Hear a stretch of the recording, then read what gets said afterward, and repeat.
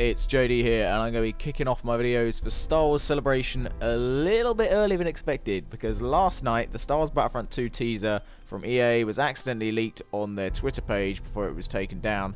Luckily, a lot of people got the chance to see it, and it's actually been uploaded now here on YouTube for everyone to take a look at, so the link will be in the description below if you haven't seen it yourself. In this video, I'm just going to be breaking down the teaser and giving you all my thoughts on what the new game has to offer. So, let's jump right into this. So the teaser starts out on Endor with a bunch of TIE fighter pilots, and this woman here, who I guess is going to be the protagonist of the campaign, which seems to start here after the Battle of Endor. So you can assume this campaign is sort of going to bridge the gap between Episode 6 and Episode 7 and follow these characters through on their own campaign from the perspective of the Empire.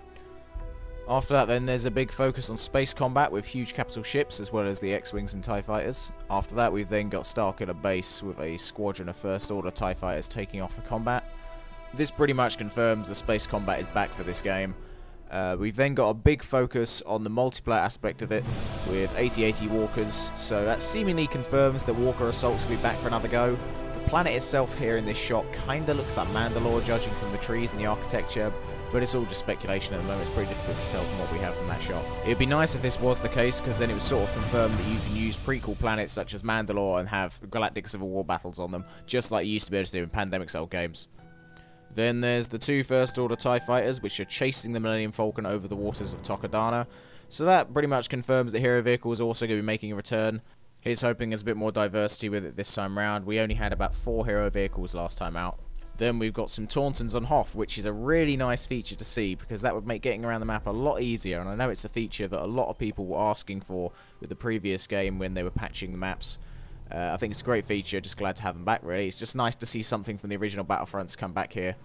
Right, then speaking of things from the original Battlefronts, they seem to be taking big inspiration here when they then confirm that all 3 eras of the Star Wars saga will be back. And then that's complete with Darth Maul in the feed hangar on Naboo. He ignites his double-bladed red lightsaber and he's running towards Yoda, who then has his green lightsaber as well. It's just so fantastic to see this in this engine. It just looks so great. And I had serious doubts that DICE would go all the way with this and include the Clone Wars era. So that is a fantastic reveal. There's no clones or battle droids shown just yet, so I guess this could be limited to a heroes-only game mode. But here's hoping they actually go all out here and let us play as and customize our own clone and droid units. That'd just be great, and that would bring a hell of a lot more diversity to the units. There's a lot of potential there, so here's hoping, fingers crossed, that we see some more details on that soon. Then the final reveal is the Force Awakens era heroes. So we've got Rey there running into combat on what looks like Takodana, and then we have Kylo Ren, who's looking badass on Starkiller Base. Then we get the fade to black and the promo art. Now the promo art itself has a major focus on all 3 eras being in the game. So we've got Rey and Maul flanking the TIE pilot in the middle, who I guess is our main character in the campaign. Above them is a space battle, which is complete with Venator-class Star Destroyers and Separatist frigates from the Clone Wars. So it looks like Clone Wars space battles are going to be a thing too in this game.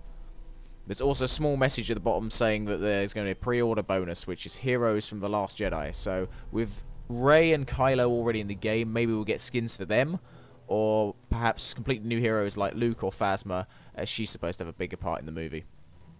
Now, as someone who was a major critic of the previous entry in this series, I think that there's a lot of potential here in this game from what we're seeing in this teaser. We've got all 3 eras in the game, and they're taking a lot of inspiration from Pandemic's previous entries. So I'm hoping that DICE here have learned their lesson and are going to be releasing a more complete package than the bare bones entry we got back in 2015. The only other thing that I really would like to see make a return is instant action. We got a little bit of a glimpse of that with Skirmish in the previous game, but that did not cover nearly enough content. A lot of the DLC, none of that was included in Skirmish, so it's pretty much just blocked off behind multiplayer content. So here's hoping we see a bit more Skirmish in this entry as well, perhaps a full-on all-out instant action game mode. That'd just be great. Just love to see that make a return, because that is what makes Battlefront. So that's pretty much it for this video. It was a bit of a short one, but it was only a 30-second teaser, so I'm not sure if we're going to be getting a larger trailer at Star Wars Celebration, or if this is actually the trailer itself that's been leaked here. Further news on that I'll be covering throughout the week, and I'll see you all when we're back into Star Wars Celebration with a few more videos. See you later, guys. Bye.